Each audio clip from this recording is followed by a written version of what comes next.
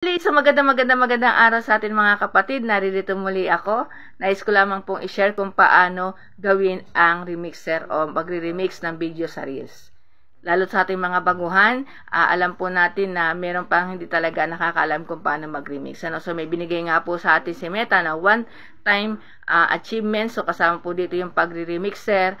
So kung baguhan ka at hindi mo pa alam mag-remix, para sa iyo ang video na to. Tara, panoorin po natin. So, ayan, ang una dapat natin gawin, pumunta lamang tayo sa mga Reels video. Pili po tayo dyan ng nais nating i-remix na video. Ano yung maganda rin po, yung maganda na rin content na sa tingin nyo ay magti-trending. Kasi kapag po yun ay nag-trending, sabi nga idadami din ang ating mga views at ganun din, ikadadagdag din ang ating mga followers. So maganda kapag magre-remix tayo, yung sa tingin niya nating maganda na rin ang content, ano. So ang napili ko po yung sa isa kong page, yan na lang po ang ginamit kong halimbawa para ituro sa inyo ang tamang pagre-remix, ano. So i-click lamang po natin yung nakikita nating tatlong dot sa gilid.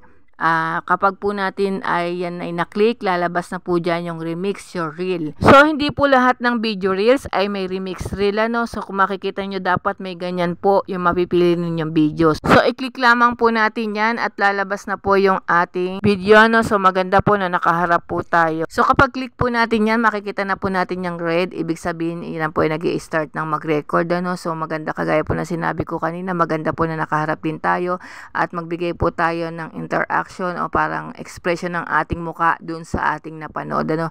Maganda po na magbigay tayo ng reaction sa ating napapanood. So after po natin yung ma-finish i-record, so click lamang po natin yung next, and then after po natin mag-click yung next, lalabas na po dyan ay ito, no. So dyan po ilalagay yung ating caption, yung kadalasan natin ginagawa at ang ating hashtag.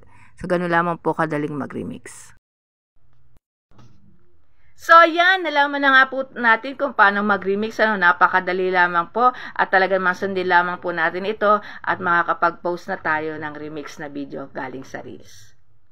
Ulit ko po, hindi po lahat ng video sa Reels ay may mga remix Reels, ano. So, pipili lang po kayo ng nais nyong i-post o i-remix na mayroong remix Reels. And that's it for today's video. Bye! Follow for more. God bless po. Thank you!